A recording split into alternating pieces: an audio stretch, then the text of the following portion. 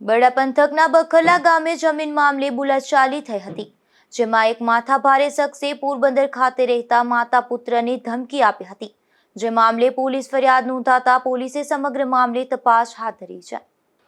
પોરબંદરના જુબેલી વિસ્તારમાં રહેતા હિરીબેન અરવિંદભાઈ ગોરસેરા નામના મહિલાએ પોલીસ ફરિયાદ નોંધાવી છે કે તેમના પતિનું 2009ના વર્ષમાં અવસાન થયું છે। ત્યારે બખરલા ગામે કાનાવાડી તરીકે ઓળખાતી જમીન તેમના માતાએ વેચાતી લીધી હતી।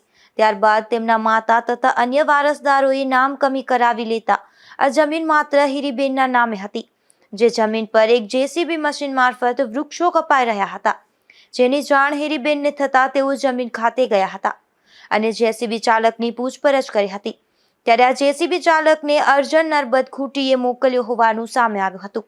ત્યારબાદ થોડી વારમાં અર્જન નામનો શખ્સ પણ જમીન ખાતે આવી પહોંચ્યો હતો અને પોતે માથાભારે શખ્સ હોવાનું જણાવી આ વિસ્તારમાં જમીન લેવી હોય તો અર્જનને પૂછવું પડે તેવું જણાવી હિરીબેન તથા હિરીબેનના પુત્રને મારી નાખવાની ધમકી આપી હતી।